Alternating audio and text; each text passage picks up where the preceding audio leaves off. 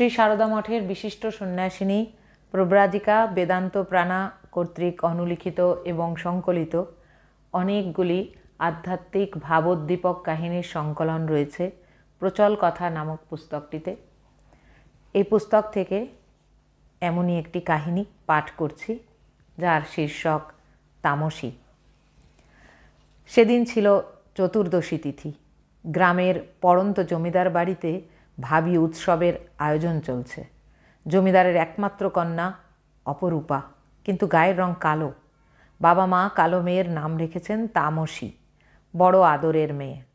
ঘন পল্লবে ঘেরা বড় বড় চোখ, কাজল ছাড়াই মনে হয় কাজল পরে আছে। মাথার চুল কোমর ছাড়িয়ে মাটি ছুঁই ছুঁই করছে। কি বাহার সে চুলের! কালো রেশমের থাক ঢেউ খেলে নেমে গেছে। চুল খোলা থাকলে পিছনের কোনো অঙ্গই দেখা যায় না। বাবা আদর করে ডাকেন এলোকেশী।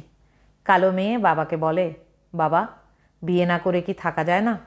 কেমন মায়ের সেবা করে থাকতুম। বাবা হাসেন, পাগলি, সমাজ আছে, সংসার আছে, লোকভয় আছে। ইচ্ছা করলেই কি তোকে কাছে রাখতে পারি? তাছাড়া পাত্রপক্ষ তো কালো রং হলেও রাজি হয়েছে। মেয়ের মুখ ম্লান হয়ে যায়, বলে, দেখো, এ বিয়ে কখনো হবে না। ওরা তো ধন সম্পদের আশায় এ বিয়েতে মত দিয়েছে। আমি তোমার শ্যামা মায়ের কালো মেয়ে, মা ঠিক একটা ব্যবস্থা করবেন। বাবা হাসেন, হ্যাঁ, কালো মেয়েই ভুবন আলো করে মা। দ্রৌপদী কি কালো ছিলেন না? সকলেই কি তোমার মায়ের মতন গৌরবর্ণা হবেন? তুমি অমত করো না। এখন তুমি 16 বছরে পড়েছ। বিয়ের কথা তো আমায় ভাবতেই হবে। তবে শেষ পর্যন্ত মার যা ইচ্ছা। এখন বলো, আজ মাকে কি গান শোনাবে? মেয়ে হাসে, গুনগুন করে ওঠে প্রসাদী সুরে।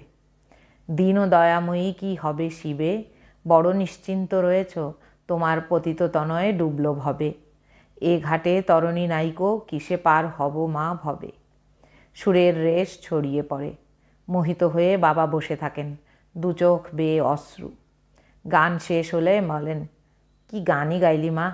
এবার উঠে পড়ে মেয়ে। যাই বাবা, মায়ের ভোগ রাগ হবে। প্রাসাদের মতো বিশাল বাড়ি, 3 তলা, প্রশস্ত সিঁড়ি বাঁকে বাঁকে ওপরে উঠেছে। চওড়া ধাপগুলো বেশ উঁচু। গোটা 15 ধাপের পর সিঁড়ি বাঁক নিয়েছে।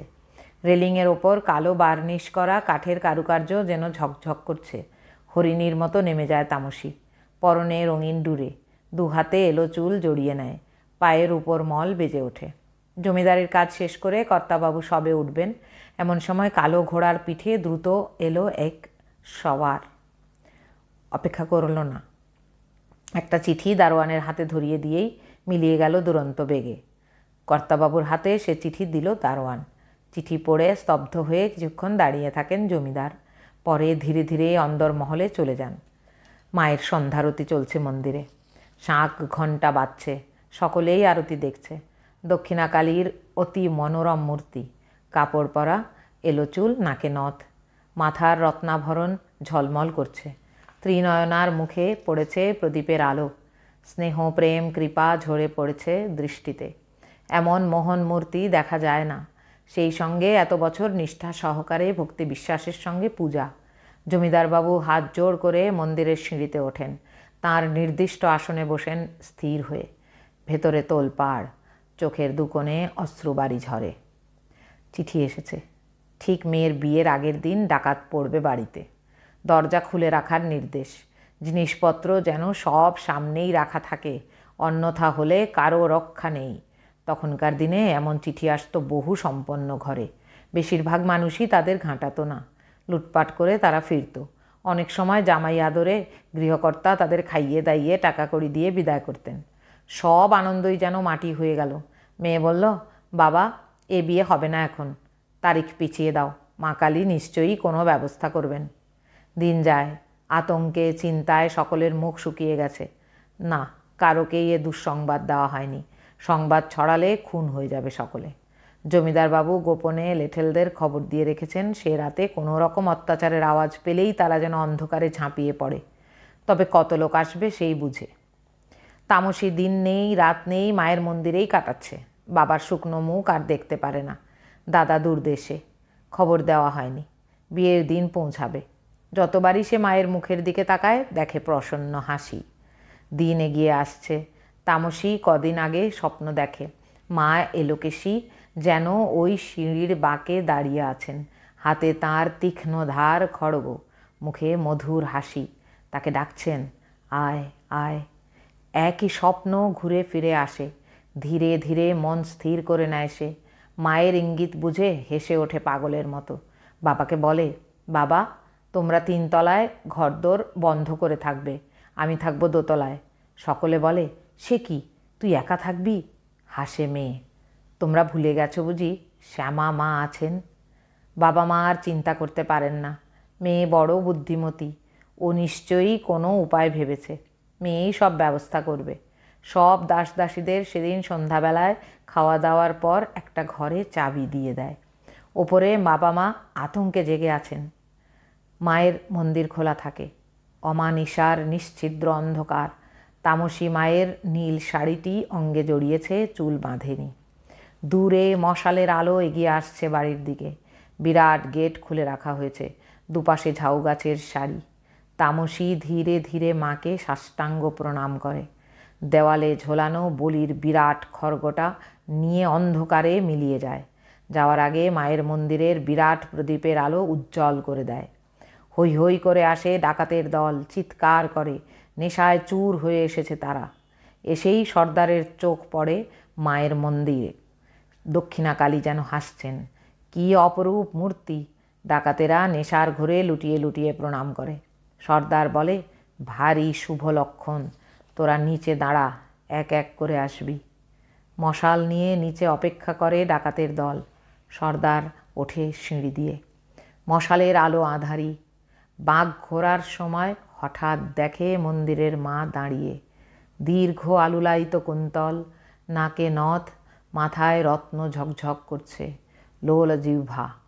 দক্ষিণপদ সামনে, হাতে খড়গ। নেশার ঘোরে মা মা বলে লুটিয়ে প্রণাম করতে যায়। মায়ের খড়গ এসে তার মুন্ড ছিন্ন করে। আবার আসে আরেকটি। মা ডাকে, আয় আয়। সিঁড়ির ধাপে ধাপে ঝলকে ওঠে আলোলায়িত কুন্তলা দীর্ঘাঙ্গী মায়ের মনোহরা মূর্তি। নেশা করা চোখে সবাই দেখে মন্দিরের মা। মা মা শব্দে প্রণাম করতেই মুন্ড ছিন্ন হয়। এমনি করে 6টি মুন্ড ছিন্ন। এমন সময় হারে রে রে রে করে লেঠেলদের দল লাফিয়ে পড়ে ডাকাতদের ওপর। ডাকাতরা সংখ্যায় কম। কিছুক্ষণের মধ্যে সব শুনশান। লেঠেলদের ডাকে জমিদারবাবু নামেন। এ কি, প্রদীপ আনো, প্রদীপ আনো। সিঁড়ির ধাপে ধাপে পড়ে আছে মুন্ডহীন সব দেহ। আর সিঁড়ির কোণে দেওয়ালে হেলান দিয়ে, এ কে? চমকে ওঠেন জমিদারবাবু। মন্দিরের মা নাকি? ধীরে ধীরে এগিয়ে যান। না, বিশ্বাস হয় না।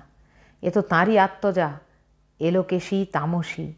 সমস্ত অঙ্গ তার রক্তে মাখা, হাতে মায়ের খড়গ, চোখ নিমিলিত, মুখে হাসি, অঙ্গে মায়ের শাড়ি আর অলঙ্কার। না, তামসীর চেতনা ফিরল না। অমানিসার আঁধারে দানবদের দলন করে সকলকে বাঁচিয়ে সে দানব দলনীর কোলে চলে গেছে। মন্দিরে মায়ের মুখে কৌতুকের হাসি, ওষ্ঠে রক্তধারা। ओम सर्वमंगलमांगल्ये शिवे सर्वार्थसाधिके शरण्ये त्र्यंबके गौरी नारायणे नमोस्तुते। सृष्टिस्थितिविनाशानां शक्तिभूते सनातनी गुणाश्रये गुणमये नारायणि नमोस्तुते। शरणागतदीनार्तपरित्राणपरायणे सर्वस्यार्ति हरे देवी नारायणि नमोस्तुते। ओम काली काली महाकाली कालिके पापनाशिनी धर्मार्थ मोक्षदे देवी नारायणि नमोस्तुते। जय माँ काली। ओम शांति शांति शांति। हरि ओम तत्सत। श्री रामकृष्णार्पणमस्तु।